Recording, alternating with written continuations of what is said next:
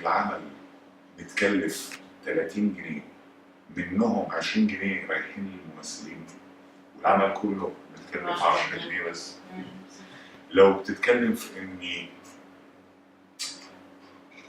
نرجع لفكره انك تستسهل، يا عم ما احنا نخش المدينه ونضرب في الشارع الفلاني نعمل مش عارف ايه وخلص الموضوع على كده، يبقى ساعتها انت فعلا تقلق من التاريخ.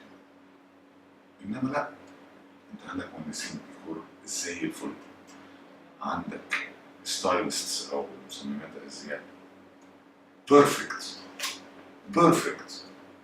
اتفرج على الاعمال اللي بتتعمل كقطاع خاص، سواء كان ممكن يبقى خد بالك فيديو كليب، اتفرج على اي فيديو كليب اتعمل في مصر تاريخي هتنبهر. صحيح. محمد سامي عامل الفيديو كليب بتاع حي طوابي عالمي عالمي يعني. في حاجات كتيرة جدا من دي، في حاجات كتيرة قوي من دي. اتفرج على الشغل اللي بيتعمل كجرافيكس هنا في مصر، حاجة لا تصدق. الخوف من ايه؟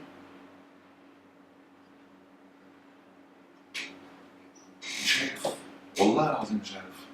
هو خوف انك ما تلعبيش في انت متعودة عليه. لازم يبقى في تغيير فكر في المنظومة عامة، لازم يبقى في دعم من الحكومة، لازم يبقى في طريقة معينة لتسهيل الأعمال، للتصريح إنها تطلع بسهولة، إنه يبقى في عندك تشجيع للجيل الجديد ده كله، إنه يا جماعة في جيل مستني يطلع، في ناس مستنية تاخد الخطوة الأولانية.